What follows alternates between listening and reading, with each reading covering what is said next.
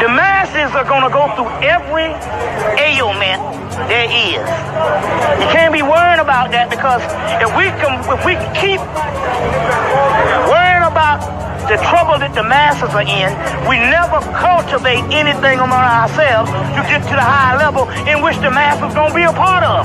Because ultimately, all this shit got to be destroyed. This shit is over. I am inevitable.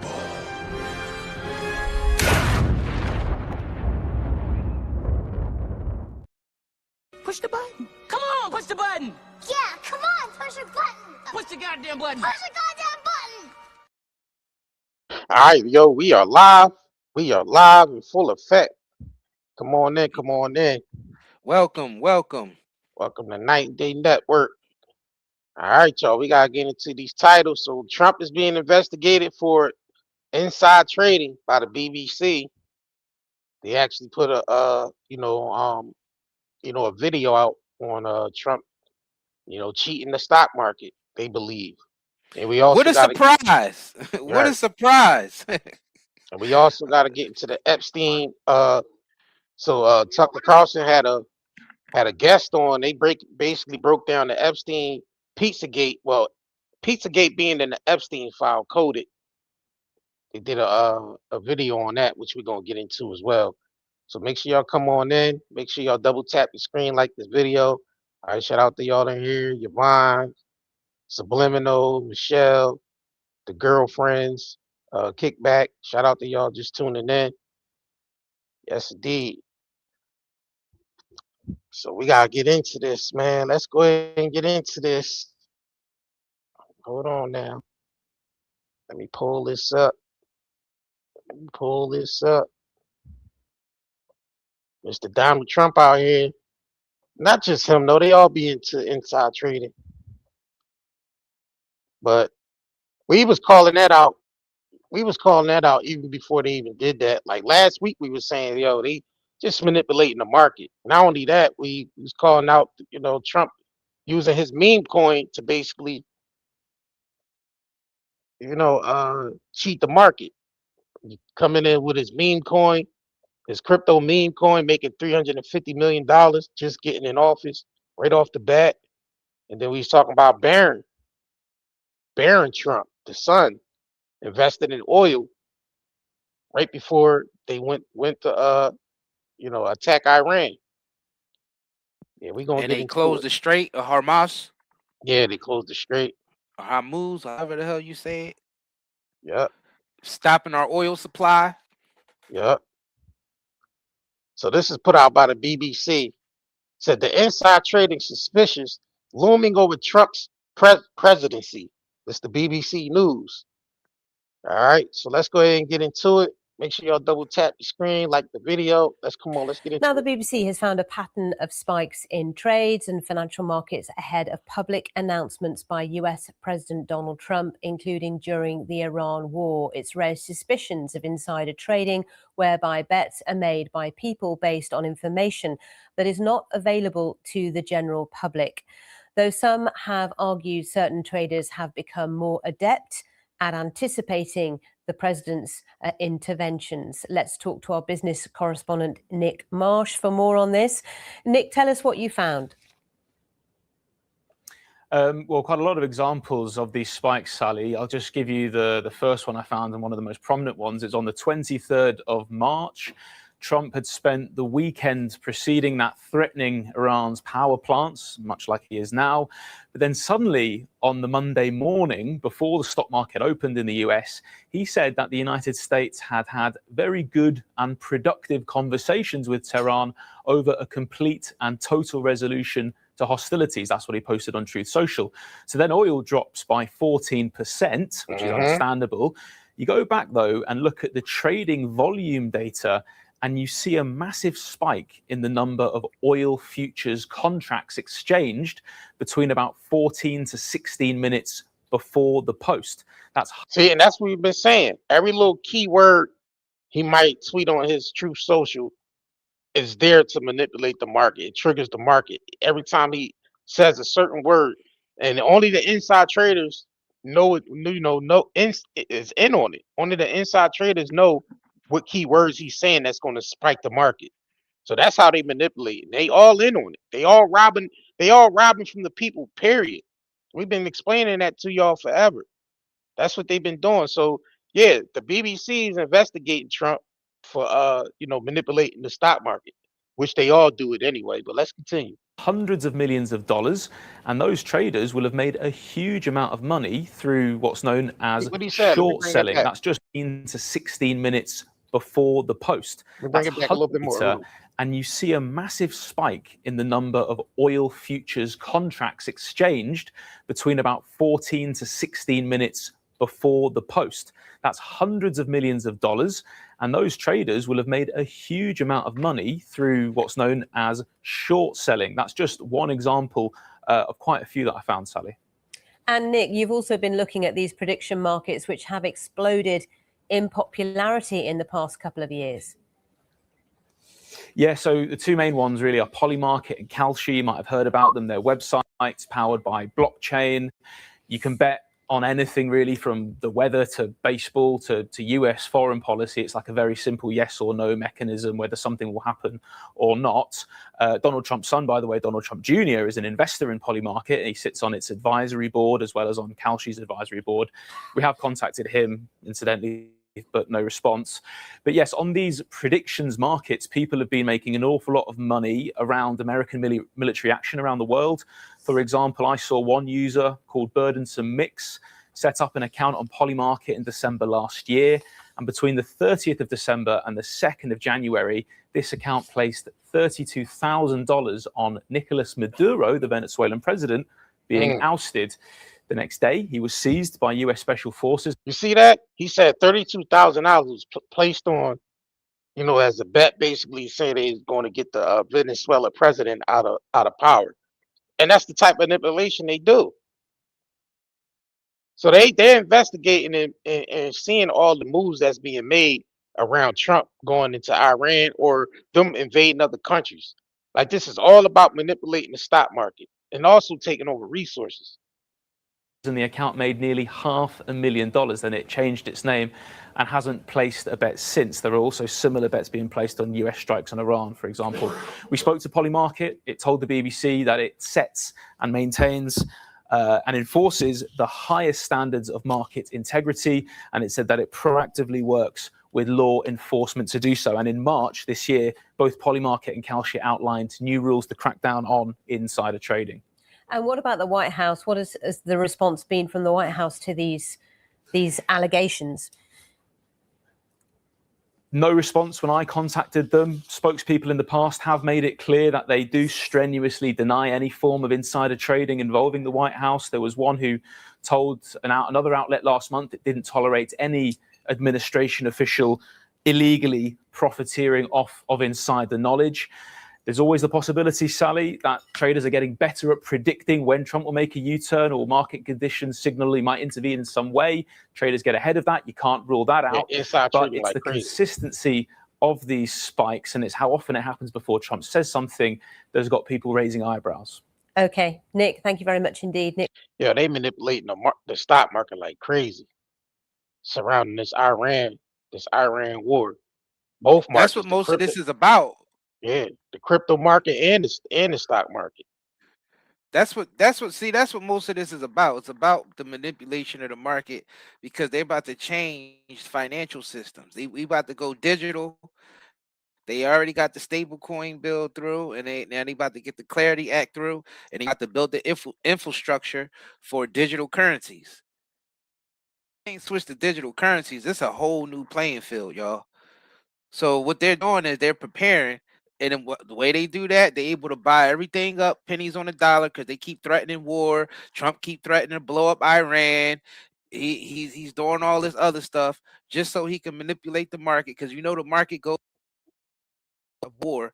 He knows that. Everybody else knows that, and he know when he's going to make the threat of war. So he's like, all right, he already got his traders and inside traders in place to do the trading. Right before he says he's going to go to war with this country or invade that country or the country's next. Because just by saying Greenland is next or some shit like that, that'll plummet the market. Yeah, And that's then the he'd key. be there to capitalize. He'd be there to capitalize off of it. That's the type of shit that they do. Right. And they all do this. Don't just think that Right. Trump is all them presidents did it. You had the House Speaker, Nancy Pelosi, she did it like up to kazoo. Like they all do that shit. All of them. But you could go Bush, Obama. It don't matter who it is. They all manipulate the market. That's why a lot of these politicians, when they get in the office, they be worth like 280,000, 585,000. You know what I mean? That's how much they be worth. But when they leave office, 30 million, 50 million. They net worth go up to 60, 70, 80 million. They be in that motherfucker for a couple of years. Going there with 580K a year to making to 80 million, making damn near 10, 20 million a year. All right? They do that because all the inside trading, all the lobbying, all that shit that they do, all that corrupt, crooked shit that they do to make sure they basically come up and their friends come up. Because that's all Trump is doing. He in there taking care of himself and his friends. Him and his cronies. They all getting rich right now. And they all do it, whether Democrat or Republican. All these politicians do that. All of them. All right, so here's another one. MS Now put out corruption is growing, question inside trading amid Iran loom over Trump's administration. So this is another one he put out. Let me know if y'all can hear this. Somebody say making up shit. No, ain't no man.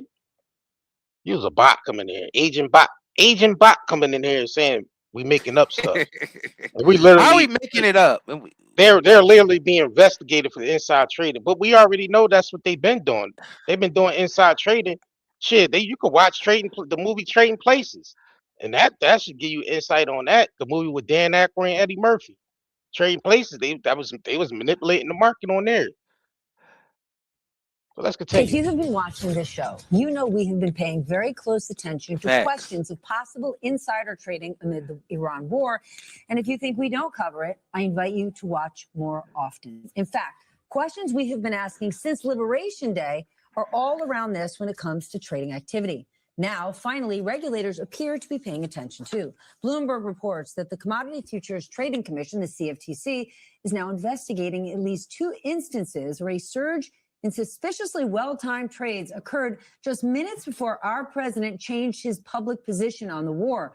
That is according to people familiar with the matter. There has been a growing concern over multiple instances of spiked oil trades shortly before major policy announcements. Bloomberg notes that the CFTC and Intercontinental Exchange declined to comment on the investigation, and a White House spokesperson referred the comment to the CFTC. For more, I want to bring in Josh Rogan, lead global security analyst with WP Intelligence. Ron and Dan still here. Josh, I'm so glad you are joining us. You have been following this issue closely. What have you found? Right. Well, for months, there have been suspicions that insiders have been leaking inside information about Trump's announcements in the war to trade on prediction markets like Polymarket and Kalshi to the tune of millions of dollars. And now what we've seen is an escalation of that strategy where insiders seem to be trading on futures markets and options markets to the tune of billions of dollars. And what's crazy about that is that in the April 17th, $760 million worth of oil futures were traded within a 2-minute span, exactly 20 minutes before a major announcement. And guess what? Barron Trump, the son of Donald Trump, invested $30 million of that right before the announcement. Yes, Donald Trump's son himself. So you know that they definitely in on it. Because why would Barron Trump invest $30 million himself in the oil before they make that announcement? Yeah, let's continue. Came in the opening of the Strait of Hormuz, which wasn't even a real opening, but that's besides the point. And in that corruption lies a bunch of crimes that the CTFC and the SEC and the DOJ could spend years trying to investigate. But the bottom line is that the corruption is endemic, it's systemic, and it's growing. And it's not only affecting those markets, it's affecting the entire oil markets and the entire stock market, because the scale of these illicit trades and suspected insider trading has gotten so large that no one's ever seen anything like it. In a statement, the CME Group defended itself, and they went on to say the following: any review of market behavior must include all venues, including prediction markets like Polymarket and Kalshi. And we should note the current CFTC said is a Trump appointee who has publicly sided with the prediction markets. Don Jr. is an investor/advisor to both Kalshi and Polymarket. Josh, what is your expectation from this investigation? Because it blows my mind that the CME basically says it's not just me, it's those guys too. Almost you can't point at me for underage drinking at this party. Look in the backyard, we've all been partying all night. Right, but just because the crimes are rampant doesn't mean that they're not crimes, first of all. And the second thing is that, you know, the context that you laid out is exactly right. We have an administration that's gutted public accountability, and, you know, the SEC main enforcement prosecutor resigned in protest because they weren't allowed to investigate cases related to the Trump organization and Trump associates. And the public integrity unit of the DOJ has been slashed from 36 lawyers to 2. Okay, under Trump. So the CTFC can announce an investigation, but there's just not a lot of confidence out there in Wall Street or in Congress, for that matter, that they're going to get to the bottom of this, because it's obvious that the president is not interested in this kind of accountability. And yeah, sure, you could point to Polymarket and Kalshi, but again, those are millions of dollars, and the futures trading corruption is billions of dollars. So it's an order of magnitude worse, but they're both corruptions, and you know, in a sense, they both need to be investigated. And it just seems like our oversight and accountability mechanisms in their current state are not up to the task. But I mean, fingers crossed, I guess. Yeah, and I would also argue, yes, this is the worst we've ever seen. But make no mistake, members of Congress on both sides of the aisle, on every possible committee you could think of, not all of them, but all sorts of them, trade on an insane amount of inside information. And the worst part about it, it's freaking legal. And bro, that's what you were saying. They be worth like, you know, $2 million going into position, but when they get out of office, they worth like $300 million. Like, how the hell you go from being worth $2 million to being worth, you know, $100 million? Inside trading. That's what she just said. A lot of them people, a lot of them up there in Congress, they be into the inside trading. And somebody say speaking engagements. They make all that money off books, writing books and speaking engagement. Ain't that much money in the world off no goddamn speaking engagement, off no books. The hell out here. They ain't making no 200 million, 300 million off no damn speaking engagements. Come on, man. We know a lot of that's going on is inside trading. Yeah, whoever said that just clearly just do not know what's going on. Or care to know. Or care to know the truth. Yeah, some people don't care to face know the truth. Don't care to know the truth, or just you know, just go by whatever's being told. You know what I realized, fam? There's some people born on this planet and they just don't have a mind of their own, no matter what. Because anybody in this day and age with a mind of their own will be able to see right through all of that BS. We know everything that's coming from our government is usually a lie and is corrupt. I mean, and it's only there to control the masses. That's why they call it government, because they governing your mental. They govern your mental. Government. Governmental. That's what they're doing. And all they do is feed your mental with a bunch of fear mongering, a bunch of corruption. You know, that's all they do. That's all they do. Everything is lies. Everything that come out of the government mouth is a lie. You can't believe none of it. Then they force the media. The media is supposed to be like free press. Like, it's supposed to be like freedom of speech and shit like that. But then the government forced the media to say certain things because they say, oh, it's a threat to national security. And all just to be covering up. They just tell them not to say certain things because they want to cover up crimes. Because that's mainly what the government do, is cover up crimes. They want to make us think that they're doing it for our safety, for national security. But really, they just covering up crimes. You know what proved that? Epstein. Epstein proved. Nobody went to jail. All that Epstein shit proved that they just trying to cover up their crimes. That's all that's about. And Trump was one of the main ones on They're the not even Pizzagate list. investigating nobody. They're not even doing any investigations from the Epstein files, which we Nope. actually gonna get into the next segment, which we're gonna get into when we get into the next segment, that the Pizzagate thing was, it wasn't even investigated. There's no type of investigation going on with the Epstein files coming out, rather redacted or not redacted. Let's continue with Take this. on this. So this is very interesting. This is a violation. Yeah, It's it's called interesting. the Eddie Murphy rule. This has come from the movie Trading Places, where Duke and Hey, didn't I just mention that? I didn't even Yep. see this part before I mentioned that. Yeah, trading places. For the idiot that came here and say we just making stuff up, I had mentioned trading places before I even seen this, and they mentioned trading places because that's what they was doing in the movie Trading Places. They was manipulating the market. Those are agents that's coming. Bots We'll and go back a little bit. agents. All right. Trade on Like- an insane amount of inside information. And the worst part about it, it's freaking legal. What's your take on this? So this is very interesting. This is a violation. Yeah, it's called interesting. The Eddie Murphy rule. This has come from the movie Trading Places, where Duke and Duke were. Oh my God. No, this is real. This is part of the Dodd-Frank Act. The Eddie Murphy. I'm going to rule. play Jamie Lee Curtis. Dan's going to be Dan Aykroyd, and you can be Eddie Murphy. Okay, fine. But you cannot trade by rule of Dodd-Frank on any inside material, non-public information that is given by the government or taken from the government, and then trade in the futures market in the CFTC, which is what happened in Trading Places. There was illicit activity going on there. So this is an alleged violation of that rule, which, if investigated and enforced, would be punishable both civilly and criminally.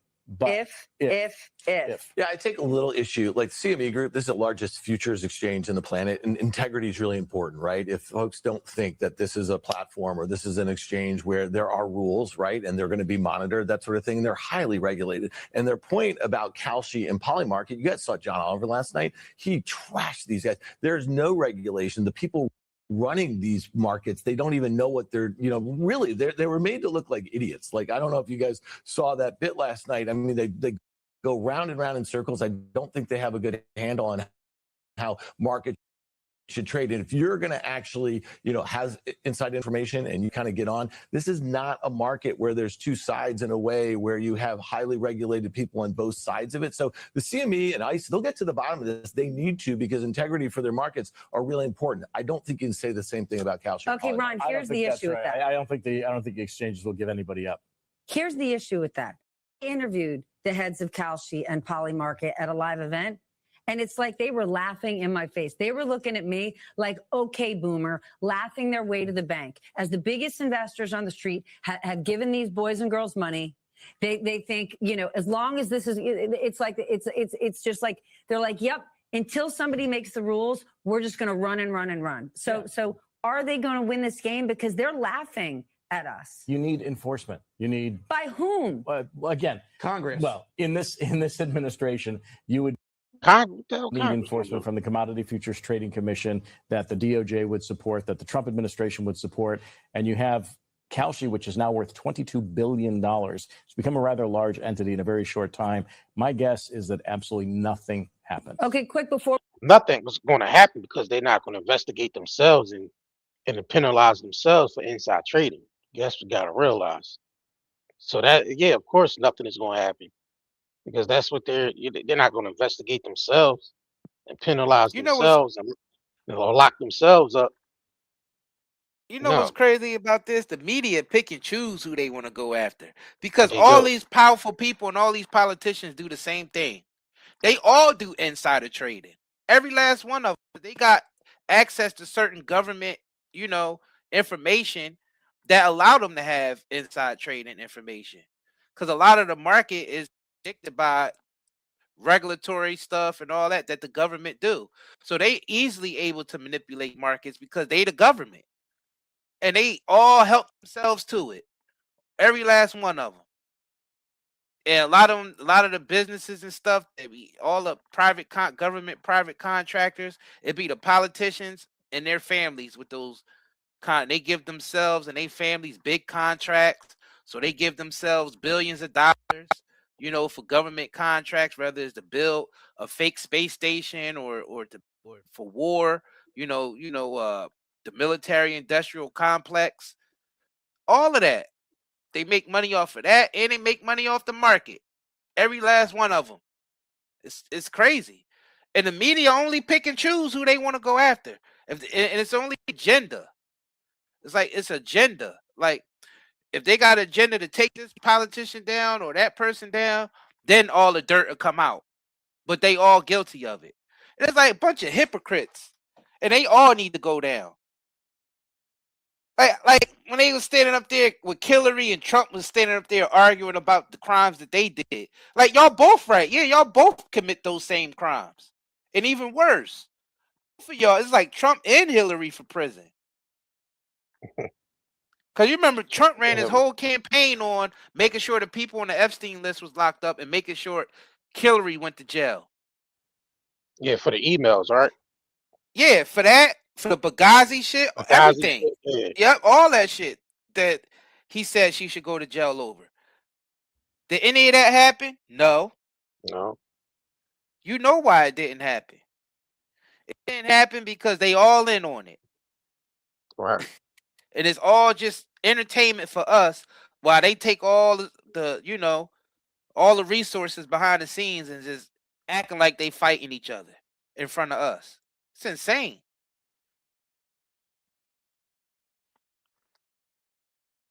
All right, so this was the Fox Business with deadlock on Clarity Act risk to freeze out amid the amid policy fight. So let's get into this real quick, because you know they still waiting to pass the Clarity Act in the Senate. It was already passed in the House, so now they just waiting to pass it in the Senate.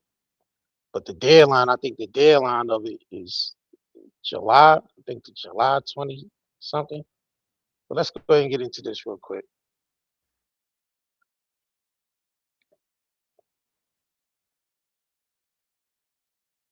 Yeah, ain't no sound on my end.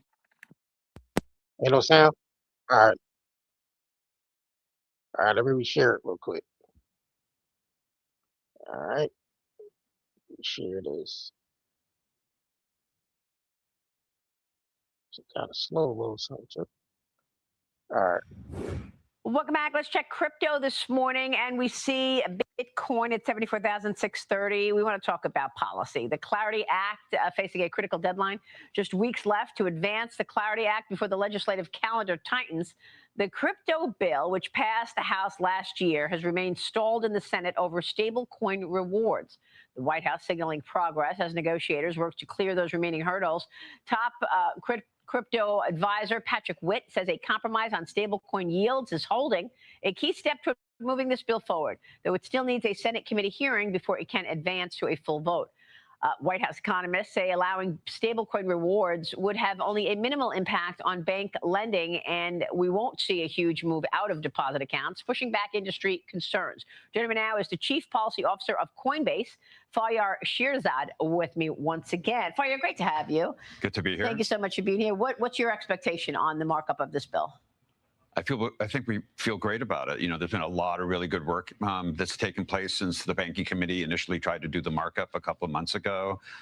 We've been working on an issue regarding stablecoin rewards, which we think is really critical. All of those are, I think, resolving themselves. So we're hopeful that Chairman Scott will be able to schedule a markup as early as this month.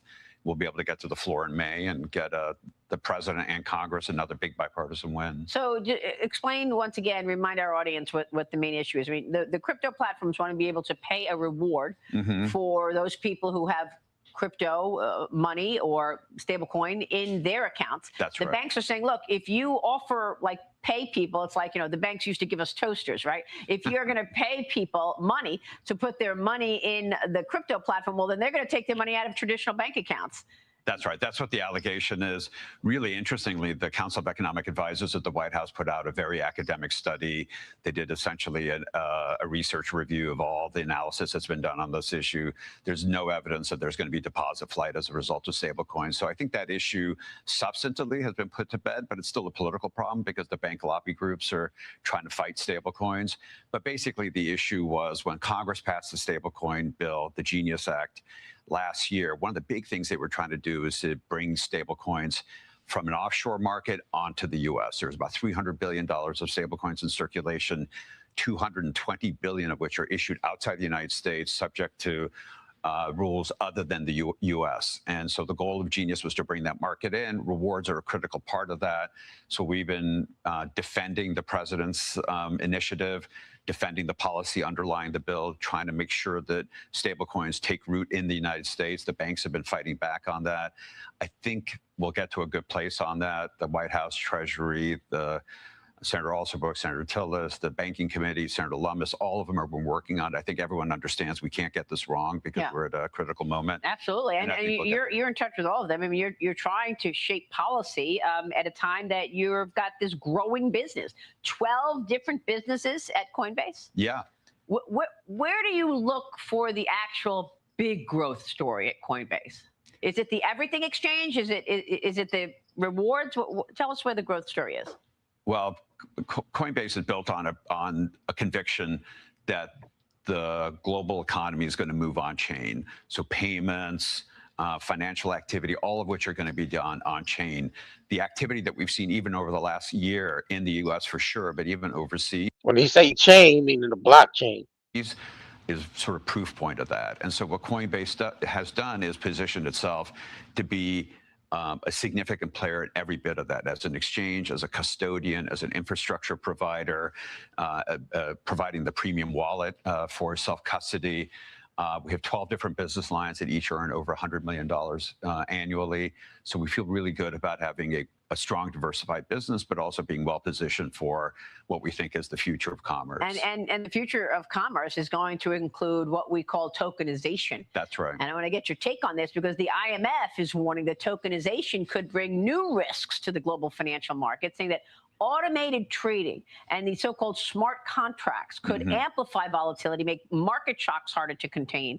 The IMF says that they want stronger regulation on tokenization and coordination globally for tokenized assets across borders. How do you do that? And do you think every market will ultimately become tokenized? We think every market will become tokenized. Think about it. In capital market activity, almost every capital market trade occurs either in what they call T+1, T+2, T+3 settlement, sometimes longer. That means there's a lag between when the deal is struck and when it actually closes out. That intervening period is a period of enormous amounts of risk. Token-based capital market activity compresses the settlement period, allows for instantaneous settlement, public incorruptible recordation of ownership. All of this is better for a healthier, more resilient capital market. The SEC chairman, Paul Atkins, the CFTC chairman, Mike Seelig, both understand this. The president has their back, and they're moving to tokenize the markets. And that's really exciting. It's exciting for us as a crypto company, but it's really, more importantly, good for the American people because we'll have a better, more resilient financial system, and it'll help with the growth of commerce in the United States. And we've had. Well, there you go. There you go. That's what we've been telling y'all. They trying to tokenize everything from entertainment to everything. They trying to tokenize every market, and that's the chief of Coinbase right there. That's where we're going in the future. They tokenizing everything: real estate, agriculture, infrastructure. The whole infrastructure is just going to be tokenization. So that's why they trying to pass, the Clarity Act. They already passed the Genius Act implementing the stable coin. Now they just trying to, pass the Clarity Act to basically put some regulations to regulate it. But let's get into a quick commercial break. This is sponsored by NightandDayHerbals.com, where we sell natural herbal products from CBD to sea moss to hair care and skincare products. We also have apparel on there as well. So let's get into this quick commercial break. We'll be right back. If you crave nature but still shop online, Night and Day Herbals is your dream come true. Discover premium herbal soaps, shampoos, and CBD products. All organic, all for you. Shop now at nightandDayHerbals.com. All right, we got a 30% off sale going on right now at nightandDayHerbals.com on all orders. Whatever you order, you get 30% off. You could actually go to nightandDayHerbals.com, or you can search us at Night and Day Network LLC on Google. You'll see we 5 stars on there.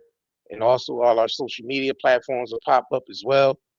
So make sure you head over there. We have a 30% off sale at 9dayherbals.com. Also sign up to join the newsletter as well. So you'll know when we sending out discounts or, update on products or whatever. And again, that's 9dayherbals.com. All right, we got to switch gears. We got to get into Pizzagate. All right, Pizzagate. So Tucker Carlson had a guest on his show the other day, and they basically broke down the Pizzagate coded language that's in the Epstein files. They say things in the Epstein files like, I can't wait for us to meet together to have cheese pizza and grape soda and stuff like that. So it's a lot of that coded language in the Epstein emails between these high level execs, these corporation execs, certain politicians and all. Like it's a lot. It's a little bit of everybody in the Epstein files. So let's go ahead and get into this. So this is Tucker Carlson. Pizzagate fully explained in 12 minutes. All right, so let's go ahead and get into this. A recap, a basic. Let me know if y'all can hear this. Recap of what this Pizzagate theory was and what we actually know about that story. Yeah, it's another one of those stories that was distorted by the apparent cover-up, or at least distorted by the media's response to it, which was very much a straw man style response, in that these emails get dumped online full of everything that was in John Podesta's life. And John Podesta is a very powerful and connected man. And there was lots of stuff in those emails that was overtly concerning, politically concerning, geopolitically concerning. But people on the internet then started to notice these strange pizza messages, messages about, $40,000 worth of hot dogs or something like that being flown to DC for parties. Things that are just like, wait a minute. You think about it for just a moment and you realize that does not make sense.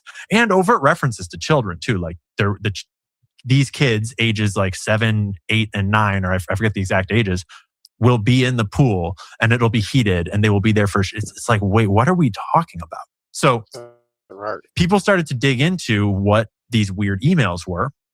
And then they started to dig into the fact that there's certain pizza places referenced a lot, places where these people are going and hosting parties. They start to notice that this one pizza place in particular, Comet Ping Pong, which was a pizza place right in the heart of DC that was run by a very politically connected DC insider, boyfriend to the founder or owner of Media Matters. A bunch of strange coincidences. They start to notice all these strange coincidences around this pizza shop. And they noticed that the Instagram of this pizza shop is full of very disturbing images of children. Things like children taped to tables, things like commenters talking about rape and sexual abuse, things like comments about kill rooms, and just so much disturbing imagery on a public Instagram account for a public pizza place that has photos of like Obama having pizza at it. That in these emails, Podesta is talking about going and having, lunch at this pizza place with all these very high level political people. And it started to get very strange. And so Pizzagate itself spiraled out into a lot of questions and concerns and genuine investigation. But then it got distorted by the media response, which felt a lot like an immune response to a dangerous virus. And the media response then packaged up all of these very legitimate questions that never got answered. And it repackaged it as these crazy people on the internet think that Hillary Clinton personally is running. She's the top. She's the head of a satanic pedophile cabal. And the whole thing is being run out of the basement of this pizza place. That you see like the absurdity of the sort of wrapper they put around this, which no one was claiming that. No one was claiming that Hillary was running it. No one was claiming that it was all out of the basement of this pizza. They were just asking a lot of questions about very legitimate, strange things. And then a very weird event happened where, as the media is running this big kind of smear campaign on these questions, a guy conveniently walks into that pizza place with an AR gun and shoots the place up. Doesn't hit anybody, but manages to shoot a bullet straight through the hard drive that's in the back room somehow, and gets arrested by police very publicly. They have a big photo shoot, and he gives a couple of sound bites as they're hauling him off that are something to the effect of, I was so convinced that it was all real and that it was all here, and it's just not, or something. And so it's like, wow, that is sure convenient that, good thing that Hillary Clinton's not personally running a giant satanic pedophile ring out of the basement of this pizzeria, which no one was alleging. And that was sort of became the wrap-up smear, as you know, Nancy Pelosi has described to us in the past how a wrap-up smear works, where you wrap a problematic narrative up in a false representation of it, and then you have something crazy happen, dangerous, crazy, objectionable happen around that. So then you can look at it and say, that's dangerous. These conspiracy theories are dangerous. And anyone that engages in these conspiracy theories is dangerous. So we can censor them all off the internet because it's been debunked. Don't pay attention to the fact that the guy that owns the pizza place that has the images of children on their Instagram is the boyfriend of the guy that runs Media Matters, who is one of the primary debunkers of these things. So those are the sorts of weird things that happened around the breaking of Pizzagate, and no one ever got any answers. No one in government ever took it seriously. And all those emails are still out there floating. They're harder to find these days, but they're still out there. And the Instagram accounts were preserved in various formats online, archived. So you can still find a lot of the evidence, but it's a lot harder to verify now, because you do make a great point about the current email release that a lot of bullshit gets mixed in and a lot of stuff of questionable veracity gets mixed in. And so you have to be very careful about sourcing it all, especially 10 years down the line with something like Pizzagate. But may I ask, do you know if it's true, and I believe it is, but so the man you just referred to who shot up Comet Pizza in Washington, which by the way was like very close to my house where I brought my children there because it was the pizza place in my neighborhood, which the whole thing is so weird. One of the reasons I didn't take it seriously, I was like, oh yeah, that's right. That's on Connecticut Avenue. It's right. Too close to it. But the guy who shot it up, who seemed a little bit off, right, was just shot to death last month, right before these emails were released, by police in North Carolina, who pulled him over apparently on suspicion that he was a fugitive of some kind. I don't think that he was. They said he reached for a gun and two cops killed him. That same guy was killed right before the document release. Is that true? I heard the same reporting. Obviously, at this point, I don't really know what's true. The whole world feels a little bit like the Matrix, but yes, I read the same reporting. And the nuance was not lost on me. But I don't know about you or anyone else, but I was in no way expecting to find pizza references in the Epstein files, even though I had dug deeply into the Pizzagate stuff. And even though we know that Jeffrey Epstein is a human trafficker that is, trafficking in the same things that Pizzagate would allege gets pizza references, it just never occurred. I wasn't expecting any pizza references. So it kind of blew my mind when suddenly there's like 800 and something references to pizza in these emails. And especially you picked out some really, really great one, like obvious ones at the opener there, where, pizza and grape soda is a very overt pairing that I'm not sure I've ever seen anyone actually eat as a pairing. Well, and also, these are people, well, first of all, in this exchange, apparently one guy's a physician and the other is Jeffrey Epstein. Yeah. And these are health-obsessed people. These are people who talk about getting blood transfusions just to extend their... Man, they talking about pizza, cheese pizza, and grape soda. Man, first of all, white folks didn't even drink grape soda like that. So that might be coded for little black child. And grape, how we say the R word coded on social media, grape, G-rate. Meeting for... Y'all can't wait to meet for cheese pizza and grape soda. Yeah, that's definitely coded. That's definitely sex trafficking coded language. Pedophilia coded language. Yes. Come on now. Lives. And I know as an actual pizza fan that pizza is very unhealthy. I mean, it's been a lifelong struggle for me. Pizza and grape soda, like these are the last things that people who care about their health eat. And these are, there's a whole class of people who are, well, vain for one thing, but who are very focused on themselves and their physical health. And it just sort of, I don't know, it's a lot for me to believe that the one thing that Epstein's friends and John Podesta's friends have in common is they both have a steady diet of pizza and grape soda. Like I just don't believe And not it, only do right? they have a steady diet of that, but they feel compelled to email each other about it with very weird verbiage. How many grown men email each other about getting pizza, or about how tasty the pizza was, or about how many slices you can slice a pizza up into, or how many people will be at the pizza party?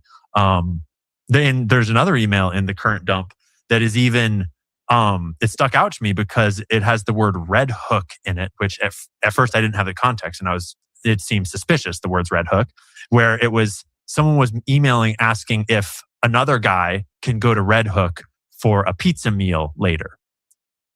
And then in looking into it, it turns out that Red Hook is the address of where Jeffrey Epstein's Virgin Islands businesses are domiciled. It's on the marina where you would leave in the boat to get to his island.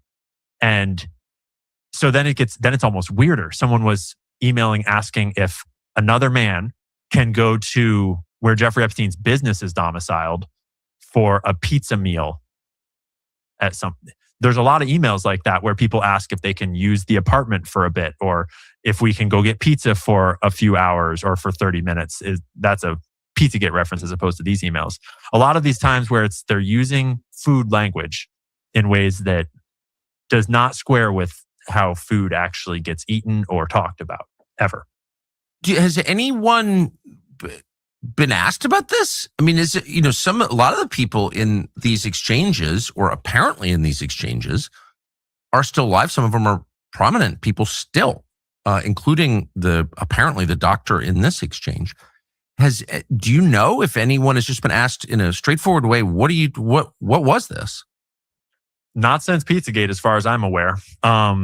I mean, to be fair, it's all a little new. We're still in the first week here, but no, I don't know of anyone being asked directly about any of these references, or about any of the more overt stuff for that matter. The other, very rich and powerful people that are caught with their pants down, so to speak here.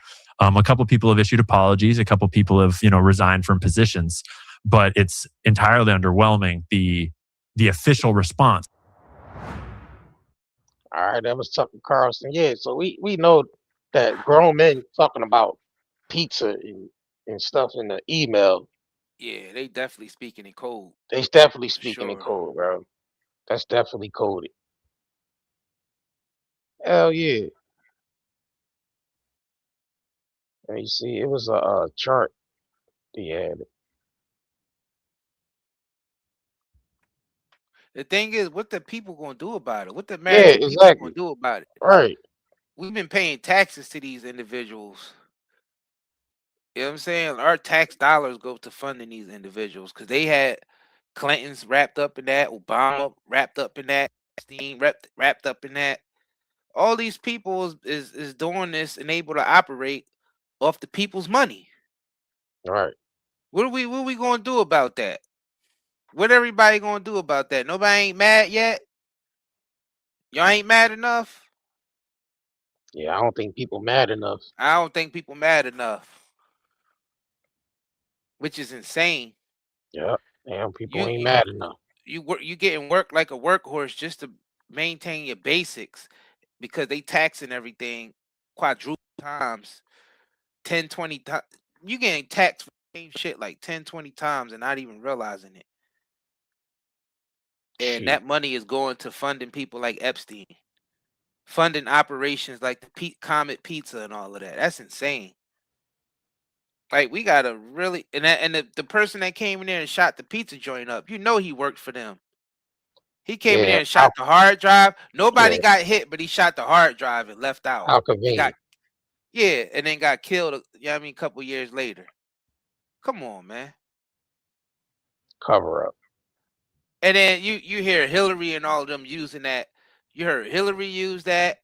You heard Fauci use that. You remember Fauci even talked about the guy going up into Comet Pizza, saying that they mentioned his name. Yeah. So it's like, all right, they try to wrap all that up into like conspiracy theory. And it's like, oh, you see, these conspiracy theories are dangerous, but they the ones that sent the dude in there with the gun to shoot everything up and to make sure he hit the hard drive that possibly had evidence on there, you know, surveillance and all Exactly. that type of shit. Yeah, it's insane, y'all. This is some crazy stuff. This is like major corruption being exposed, and people are still not out in the streets yet. People No. still trying to be good little citizens to a corrupt rogue government like this is insane to me. And they done broke down like the symbolism, the pedo codes, symbols and words, like the certain symbols for This is girl disgusting. lover, boy lover, child lover with the butterfly, semen with the you know, with the mat with the little equal, you know, sperm cells. Then you got sauce equals, you know, porgy, hot dog is boy, pizza is girl, pasta is little boy, cheese is little girl, walnuts is children of color, chicken is young boy. So this is the symbolism words that they use, and you know, when they speak in their coded language, when they communicate with each other. And a lot of that shit was in the Epstein files. The whole jerky, there was like human jerky, like beef jerky or something like that. They saying that was talking about cannibalism. They Ch- said Woody Cannibalism. Allen. They said Woody Allen was the actor Woody Allen was writing back and forth to Yeah, he's Epstein in the talking about he's in the they going files. to eat jerky. Yeah, All I've been eating is jerky. yeah. There's actually a video of Woody Allen and his stepdaughter wife. I call him stepdaughter slash wife, walking down the street and stuff together. So yeah, he's definitely one of Epstein's close friends. They ain't just showing walking down the street together. They showed him basically coming out of Epstein's Manhattan mansion. Yeah, right. Like he was Crazy. literally, yeah, they actually seen Woody Allen coming out of Epstein's Manhattan mansion on many occasions. Like they were close, like that. I mean, it's the same thing with Bill Clinton. Bill Clinton was very close to Epstein. Epstein was very close to a lot of powerful people within inside the United States government. Let's just put it like that. So it's all coming together. It's all making sense. It's all coming together. Like we starting to see the big picture now. It seems like all of these politicians and business execs and all this type of shit, these Fortune 500 company owners, it seems like they all into this creepy shit. They all into it. And the one guy that could connect them all together is all of a sudden dead in his cell. Epstein, and then you still got Ghislaine out there. Yeah, Ghislaine Ghislaine. was Yeah, managing Epstein, yeah. She not talking. and she not talking because you She's already know not what's talking. gonna happen. Yeah, she ain't trying to get taken out. Yeah, she's not Yep. talking. But she said in the interview that she don't believe Epstein killed himself. So she knew him the best. So she said he didn't even have that type of personality where he or that type of characteristics that he you know, off himself. So she's saying she don't believe that he offed himself. So it's either someone crept in there and took him out, or they simply just help him escape out the back door. Right out the back door, bro. Right out the Uh, back door. And then he reemerged as Palm Beach Pete, because that's definitely him. yeah, That with a Palm slight, yeah, with slight surgery. Yep. that Palm Beach, Palm Pete, Palm Beach Pete character, that's definitely Epstein, y'all. And the thing is, they do that shit right in front of our faces because they know that the general public, most of us are still asleep. Most of us, they know they can play like that in our faces because nobody's gonna do nothing about it. Yeah.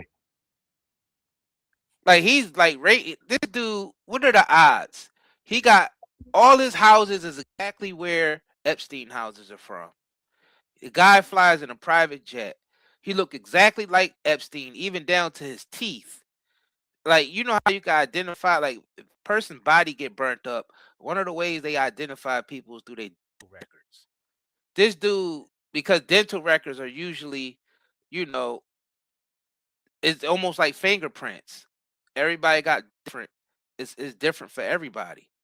So that right there will tell you this dude got literally the same teeth, the same shape structure as Epstein.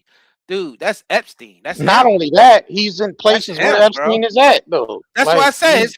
That's yeah, why I said yeah. his houses, his house in Palm Beach, his mansion in Manhattan. Yeah, he got all the same shit that Epstein in the same exact locations. Yeah, that's him.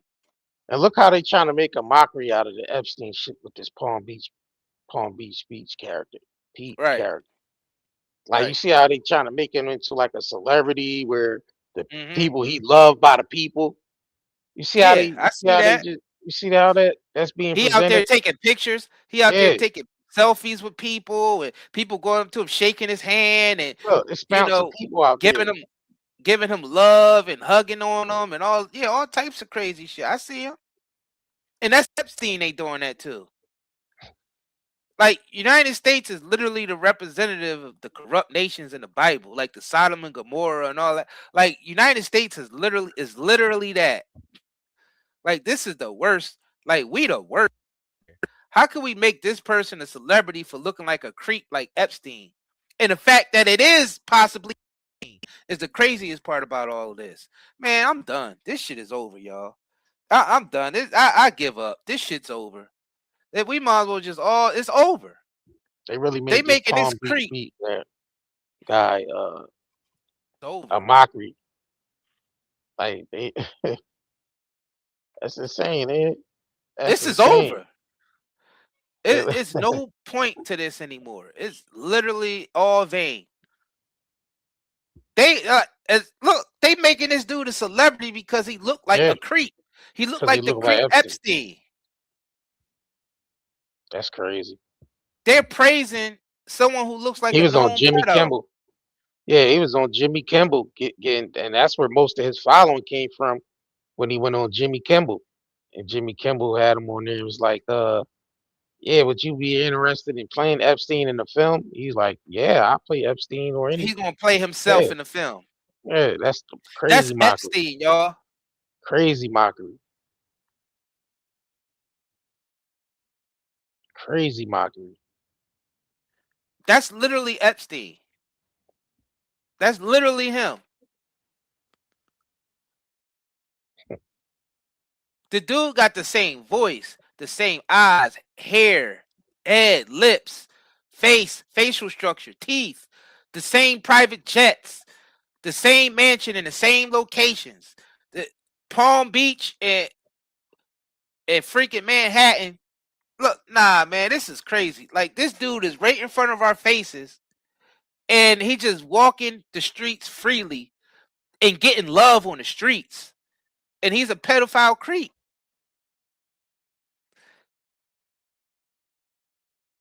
Bro, this is over, y'all.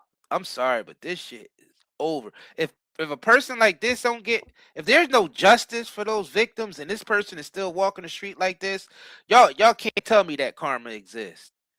Y'all cannot tell me that shit exists. This dude is literally walking the street free. And this is Epstein. This is clearly Epstein. Like, this is Epstein walking the street freely. And they told us he killed himself in 2019, and he's literally out and about getting love on the streets. A known pedophile getting love on the streets. I don't know what the hell. This whole damn nation about to go to hell at this point. Like we're finished, y'all. This shit is finished. This shit is finished. Look at this. We're finished. Look at this dude. They surrounding him with love. And that's Epstein. Yeah, that's insane, ain't it? Oh my gosh. We praising that now. Look how low we are to allow this to happen. They out there. Look at these people out here. Look at them. Look all them losers out there. Look, they got their hands all over them. Look, he can't even get through the crowd without getting touched and filmed. Look. Look, they smiling and happy. And the thing Shit is, even if that crazy. wasn't, even if that wasn't Epstein, why would someone even still get praised as a celebrity for looking like a creep, a pedophile, sex trafficking murderer? You mean to tell me somebody can get famous off looking like a murderer? But that's this America. That's how America is, regardless. Bro, this shit is I over, wanted to man. get into this real quick because I don't think we ever touched on this, which Megyn Kelly actually pointed out that the security guard that night testified that she was basically receiving mysterious payments in her bank account, like just large amounts of money in her bank account. And then like, all right, is that paid? That's basically payoffs for turning a blind eye to the Epstein. That night Epstein was either crept out of there or someone snuck in there and killed him. But I wanted to get into this real quick. Make sure y'all double tapping the screen and liking this video too. Make sure y'all get the likes up. Double tap the Like screen, and like this video, share and this share it. video. You get the likes up. Double tap the screen. Okay, so now we've got to talk about the bombshell that dropped on the Jeffrey Epstein investigation this week, which is, I know that word gets overused, but this is truly a bombshell. The prison guard, one of the two prison guards that was on duty the night he allegedly killed himself, has been caught lying about what went on that night. And it turns out she was receiving mysterious deposits into her bank account for months prior to his death, to the tune of thousands and thousands of dollars. All right, I'm going to get specific on the numbers, but it's a total of, I think, $11,880. 7 cash deposits, to the point where the bank flagged the deposits as, quote, suspicious activity to the FBI in November of 2019. Epstein died August 10th, 2019. This is a crazy, crazy story, you guys. All right, so the FBI just released documents pertaining to the investigation. And they show that one of Epstein's, reading here from the New York Post exclusive, one of Epstein's guards Googled, this is the other piece of it, Epstein minutes before he was found dead, and also made a mysterious $5,000 cash deposit 10 days before his alleged suicide, per new DOJ documents. All right, so she was getting some almost $12,000, but just 10 days before he died, she made a $5,000 cash deposit. This is a prison guard. They're not rolling in dough. $5,000 is a lot of cash Where they getting for that her to type of money mysteriously from? deposit 10 days before his death. Her name is Toya Noel. She was one of the 2 Metropolitan Correctional Center workers accused of falsifying records to say that she and the other guy checked on Epstein throughout the night before his August 10th, 2019 suicide. What'd you say, Steve? Tova Noel. The guards were both fired because they said they checked on him, and they didn't, and he was dead. But the criminal charges against them were later dropped. However, the investigation against them showed a lot, and there's a real question about whether those criminal charges should have been dropped and whether they were the correct charges in any event. It's not about falsifying records exactly. It might be about, did you willingly look the other way, allow someone in, or facilitate his death in any way? The guards, this one guard, Tova Noel, Googled right before he died, latest on Epstein in jail. That was at 5:42 a.m. And then again at 5:52 a.m. So within 10 minutes of one another, she had that search, latest on Epstein in jail. Why does she need to Google that? Why don't you get your fat ass up, walk down the hallway, and take a damn look? Was she looking to see whether something had broken, whether somebody else had broken news This was less than 40 minutes before her colleague, correctional officer Michael Thomas, found Epstein dead in his cell by hanging at 6:30 a.m. Was she expecting something to happen 40 minutes later or sometime around when she was Googling latest? Why does the guard responsible for keeping an eye on him have to Google what the latest is on him, quote, in jail? Yeah, so she must have been given some type of information beforehand, Yep. like Yep. weeks beforehand. Because if she had money showing up in her account, prior to Epstein's death, that means she was already being basically paid Yep. and coursed to basically turn a blind eye to Epstein, either offing himself or getting snuck out the back door. So where was she mysteriously getting this money from? $11,000, 7 payments, up equaling up to $11,000. We know security guards don't make that much.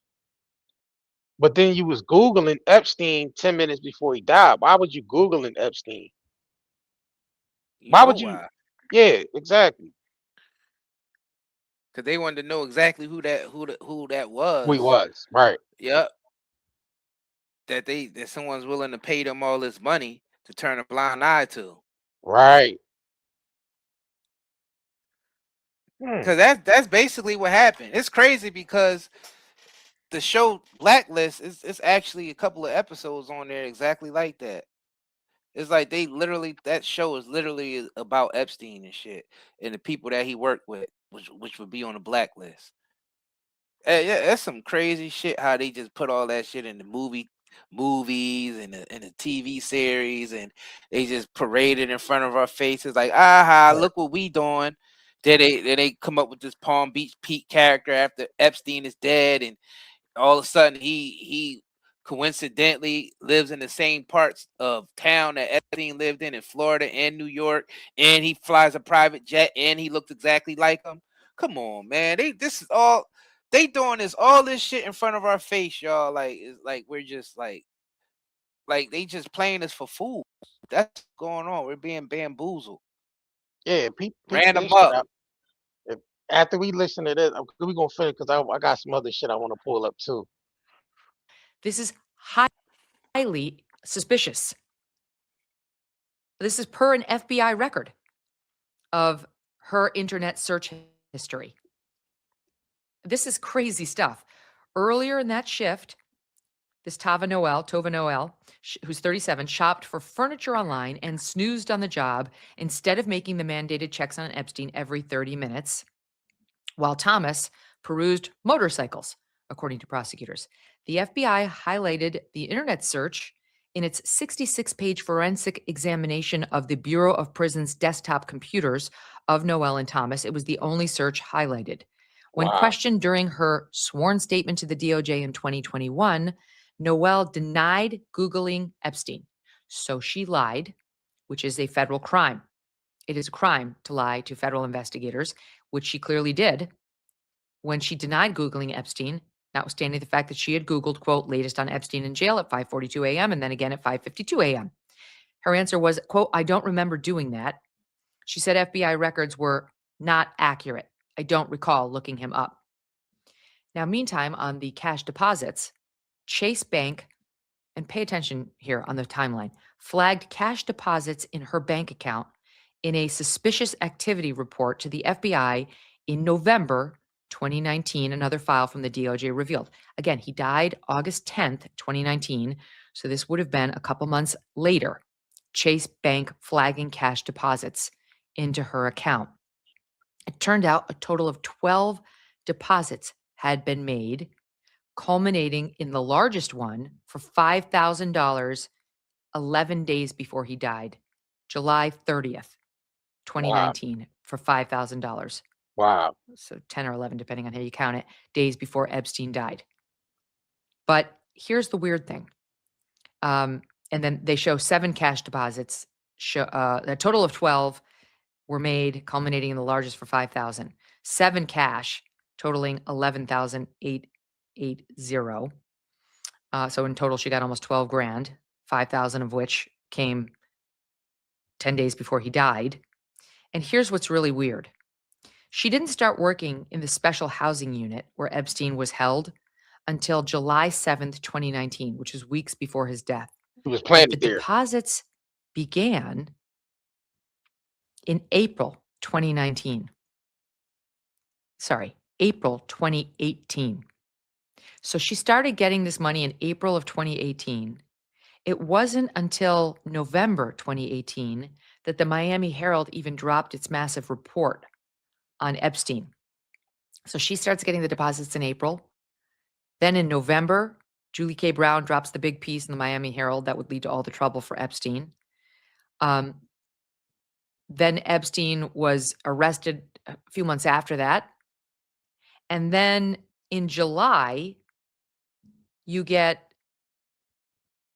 a $5,000 deposit into her account. And in August, she's working at the special housing unit and he dies. And she was pushed. So she gets moved to the special housing unit July 7th, 2019. And July 30th, 2019, she deposits $5,000 cash. Maybe the two deposits or some of the deposits are unrelated.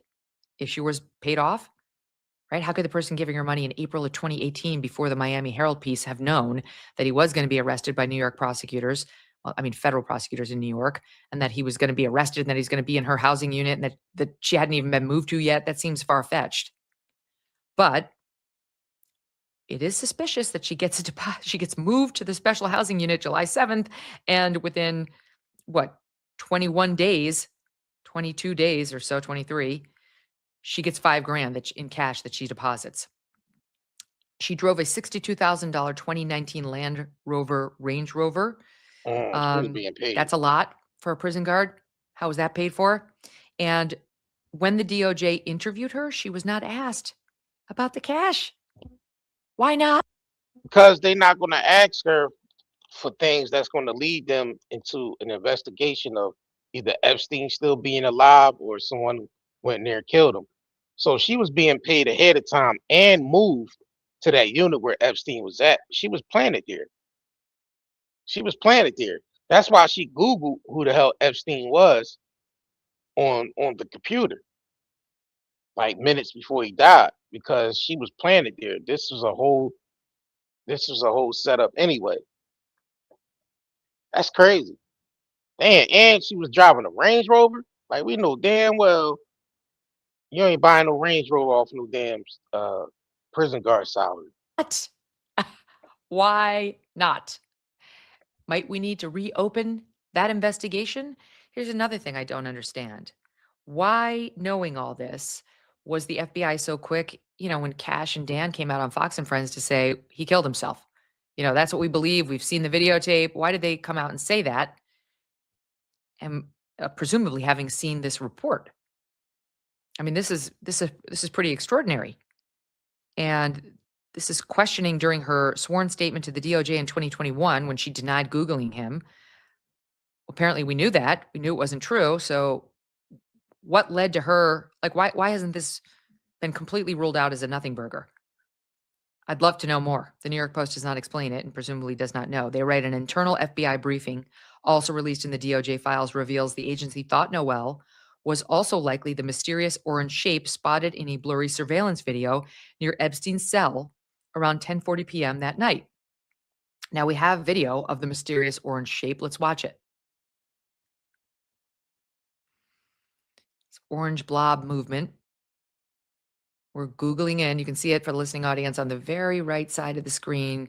Some sort of orange blob is definitely moving around. It appears to be a person right near Epstein's cell. This is, again, around 10:40 p.m. the night before he would kill himself. This is within hours. And there's been a question about who that is. Well, the Post reports at approximately 10:40 p.m., a correctional officer believed to be Tova Noel carried linen or intimate clothing up to the L tier. Last time any correctional officer approached the only entrance to the SHU tier, that's the special housing unit, wrote the FBI, Epstein apparently hanged himself with strips of orange cloth. In the sworn statement she gave, Tova Noel, who was working a double shift that day, told investigators she last saw Epstein alive somewhere around 10 p.m. and that she never gave out linen ever or clothing to inmates because that's done the shift before. The identity of the pixelated orange blob in the video has been a source of debate and conspiracies, writes the Post, since the FBI released the footage last summer. So this is new information that the FBI, per its internal briefing, which the New York Post has seen now, said that they think it was Tova Noel, that it was the woman who had the mysterious cash deposits. We've always wondered how Epstein got the extra linens in his cell. Yeah, because it's impossible to actually take yourself out in that in that jail they was in. Yeah, it's impossible. Like even the prisoners in there that was interviewed and countless of people that worked there said it's impossible for them to even commit suicide in that jail. So yeah, if he was to commit suicide, it was someone that took the linen up there, or some, like we say, he was crept out of there out the back at the back door of the prison, or someone crept in there and strangled him to death. Either or, because it was mighty funny that they removed No his matter how cellie you out of look there. at it, he was taken out. Right, right. Either throughout the back door or taken out, strangled. Out the body With which he bag, killed right? Out himself, the if body he killed bag or himself. throughout the back door. Facts. Right. Yeah. Right? If he was murdered, he was murdered. If he killed himself, someone made it very easy for him by providing the extra linen. Or somebody made it very easy for the murderer to cover up the murder by having all this extra linen that made it look like he used it. Tova testified she did not know why Epstein had extra linen in his cell. She doesn't. The other guard on duty was sleeping between 10 p.m. and midnight, she said. A prison employee entering the area of Epstein's cell alone would be a policy violation, workers have said. The Inspector General report released in 2023 said it was unidentified correctional officers who had been in that orange blob. So now the information that it was this same woman, Tova, who orange is the new blob, lied to investigators under oath. That seems clear about her Epstein searches, who was searching Epstein in jail latest 40 minutes before he died, and then didn't tell the truth about that, and who had mysterious bank deposits, including right before he died, 10 or 11 days before he died, that she was the one. I mean, this is crazy. This is truly crazy. All the Epstein so-called conspiracy theorists, right, have been like shamed and blamed as nutcases for years now. You tell me, even if you sincerely believe that he killed himself, what's an innocent explanation for all this? Facts. All right, let's get into a quick commercial break. I got another video to pull up. Just a quick joint. Let's get into this real quick. If you crave nature but still shop online, Night and Day Herbals is your dream come true. Discover premium herbal soaps, shampoos, and CBD products. All organic, all for you. Shop now at nightandayherbals.com. We got a 30% off sale going on our website where we sell natural herbal products. Make sure y'all head over there and shop with us, 9dayherbals.com, or you can simply type us in the search. You can type in 9-Day Network LLC in your Google browser, and you'll see us pop up on there, 5 stars on Google. Once again, search 9-Day Network LLC on your Google browser, and you will see us pop up with 5 stars on there. And we have a 30% off sale on all our products on there. So make sure y'all check us out. I wanted to get into this video real quick. Make sure y'all double tap in the screen to like this video too. All right, so this was an episode of Law and Order, right? This was an episode of Law and Order. I think the very first season of Law and Order. Yeah, I think this was like the first season of Law and Order. Season 1, episode 2 of Law and Order, Special Victims Unit, titled A Single Life. That was the name of the episode. And exactly 21:34 timestamp, viewers see a file clearly referenced to Epstein among the case of materials on a detective's desk. This moment is from 1999 episode. The production from the script developed in 1998. Let me play this real quick. All right, we don't need the music for copyright purposes, but look closely. You'll see a file that says Epstein on it right there on the desk. Right there. Yep. Yep, says Epstein right there on the file. And this was 1999 when this episode was aired. And you know, Epstein and them already been around since like the late 80s. So what y'all think of that? Y'all let me know. Matter of fact, let me blow it up a little more so y'all can see it actually. Blow it up a little more so y'all can actually see it right there, right on the desk. It says Epstein right on the files, right there on the desk. Y'all see it? It says Epstein right there on that blue folder. Yeah, that's Which predictive programming. predictive programming? Yep, predictive programming. Yep. And this is a 1999 episode. Yep. And they said the episode, so y'all can check yourselves to see. Y'all can be like, some people like it's AI or it's doctored or not. You can check the episode yourself. You can look up episode season 1. What's that? Season 1, episode 2. This is Law and Order Special Victims Unit. The name of the episode is A Single Life.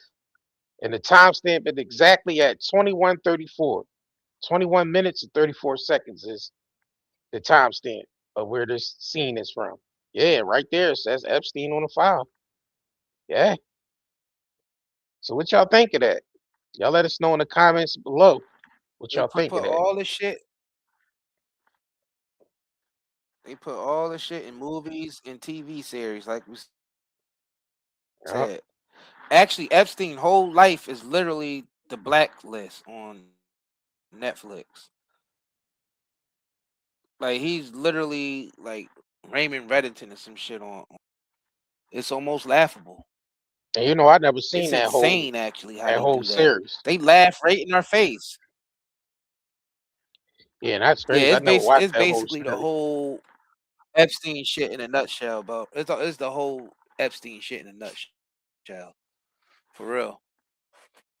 Yeah, I'm gonna have to check out that. And the I type ain't of even people watched that that for was on a blacklist, right. Dang. and the type of people on the blacklist was literally like the same type of people that you would see in the Epstein files, and the type of work that the main character did was basically like the same shit that Epstein do. Basically, Blackmailing. solve problems for people, whether it's financial problems and all that. Oh, he had the blackmailing stuff too. He did a lot of Yeah. that. He did a lot of the blackmailing stuff. Like, bro, it's literally Epstein. It's crazy. They just put it Yeah, I'm all gonna in the have to show. It's insane. And then you see they Tyrone put it Church, in you Law said and I should Order. watch it. Yeah, I'm gonna watch it. I'm gonna have to find some time, some free time to actually binge watch at least the first season straight through. Like, because when I watch stuff like that, I gotta watch it. I gotta binge watch it. So I gotta, put aside some time to actually binge watch the whole thing. Because how many seasons is it?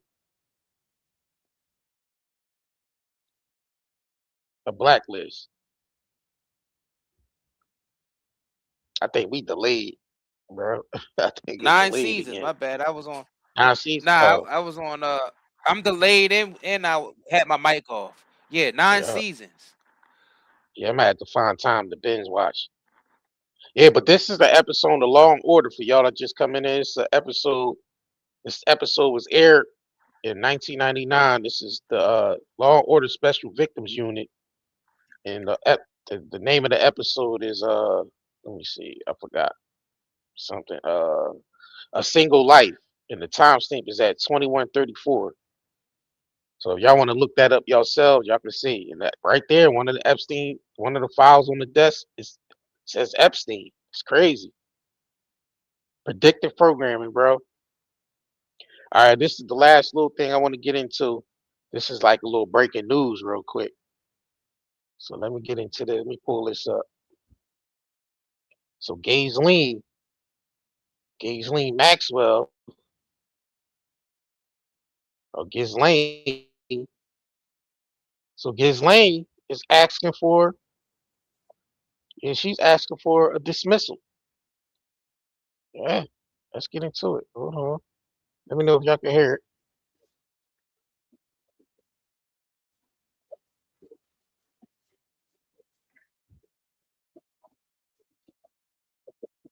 Nah, you gotta reshare that, John. I reshare it. All right, hold on, y'all. Let me reshare it. We losing sound. Messing around with the StreamYard. All right, let me reshare it.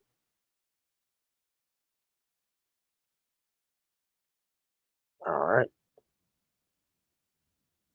This is Ghislaine trying to get the hell out of jail. The co-conspirator of late sex offender Jeffrey Epstein, Ghislaine Maxwell, is once again fighting for her release from prison. Maxwell is trying to get a federal judge to vacate her sex trafficking conviction. She submitted her request to federal prosecutors in New York earlier this month. Maxwell previously argued unsuccessfully that her conviction and 20-year sentence should be tossed because she did not get a fair trial. The co-conspirator of late sex offender Jeffrey Epstein, Ghislaine Ghislaine probably went out because nobody went to jail after the Epstein files came out. She's probably like, shit, why I gotta go to jail if nobody else going to jail? There's clients on the list. Yep. Yeah, that's Ghislaine wanting up out of there because nobody else went to jail behind the Epstein files being released. Nah, you gotta stay in there, Ghislaine. That shit don't dismiss what you did.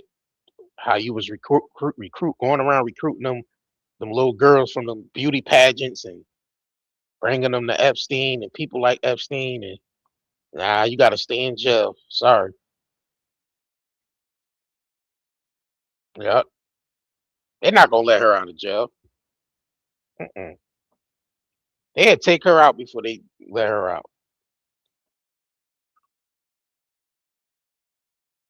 She probably should just stop asking. Like, friggin', I might as well just chalk up the time, get it done, and get out, at a semi-old age and just live on with your life. But yeah, and Diddy and shit, the case, the $100 million case Diddy had, defamation case, that shit got dismissed today.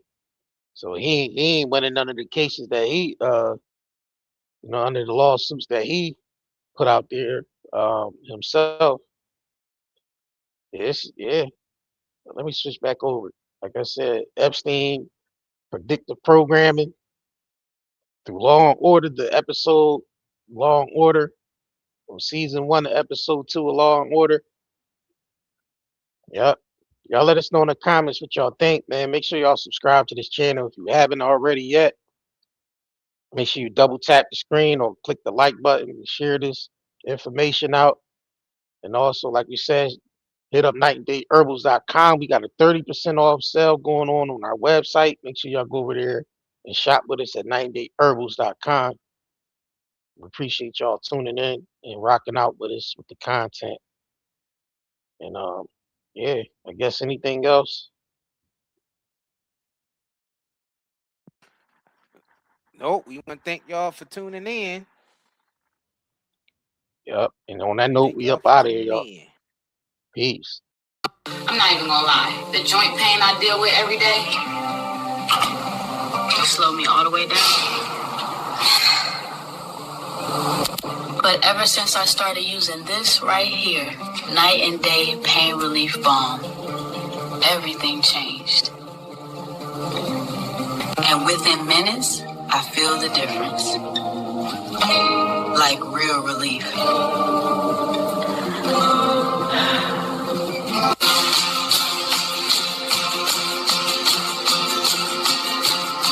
Now I can clean my whole house without even thinking about the pain. As a nurse, I'm on my feet all day. And this right here helps me get through my entire shift. I can actually enjoy time with my kids now. Go outside, be active, without hurting the whole time. It feels good to just live again. Honestly, if it wasn't for Night and Day Pain Relief Balm, I don't think I'd have the quality of life I have right now. Comfort slows you down. Reach for natural relief. Night and Day Hemp's extra strength CBD pain relief balm melts into aching muscles, delivering warmth you can feel. Soothe your body naturally. Feel free to move again. Night and Day Hemp balm melts away tension so you can enjoy every moment. Feel the difference fast. Real relief, real results. Order now at Night and Day Herbals.